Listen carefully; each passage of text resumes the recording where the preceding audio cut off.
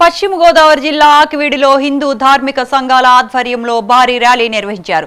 స్వామివారి లడ్డూ ప్రసాదం నెయ్యి కల్తీ చేసిన దోషులను వెంటనే శిక్షించాలని వారు డిమాండ్ చేశారు.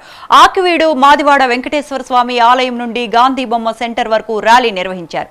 ర్యాలీలో పశ్చిమ గోదావరి జిల్లా అధ్యక్షులు మంతెన రామరాజు, కూటమి నేతలు, కార్యకర్తలు, హిందూ ధార్మిక సంఘాల వారు పాల్గొన్నారు.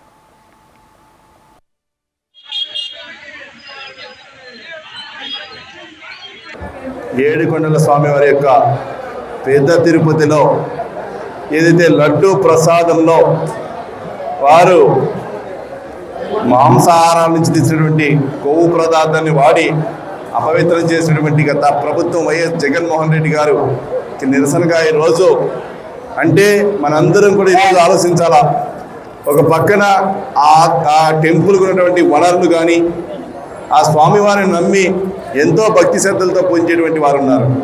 వారందరినీ కూడా అవహేళన చేసే విధంగా గత ప్రభుత్వం జగన్మోహన్ రెడ్డి కానీ గతంలో ఉన్నటువంటి అక్కడ ఉన్నటువంటి అధికార పాలకులు కానీ అందరూ కూడా తీసుకున్న నిర్ణయం శ్రీ కలియుగ దైవం శ్రీ వెంకటేశ్వర స్వామి వారి ఆలయం తిరుపతిలో మరి గత వైఎస్ఆర్ ప్రభుత్వంలో మరి అక్కడ లడ్డూ ప్రసాదాన్ని అపవిత్రం చేసి మరి యొక్క కల్తీ నెయ్యితో మరి భక్తుల యొక్క మనోభావాలు దెబ్బతీసే విధంగా గత వైఎస్ఆర్ ప్రభుత్వం లడ్డూ ప్రసాదంలో మరి మాంసంతో కూడిన నెయ్యిని తీసుకొచ్చి మరి హిందూ మతంలో ఉన్న భక్తుల మనోభావాలు దెబ్బతీసే విధంగా గత ప్రభుత్వం మరి ఇలాంటి చర్యలు పూనుకొనడానికి రాష్ట్ర వ్యాప్తంగా దేశవ్యాప్తంగా కూడా హిందువుల దీన్ని ఎక్కడెక్కడే ఖండించడం జరుగుతుంది.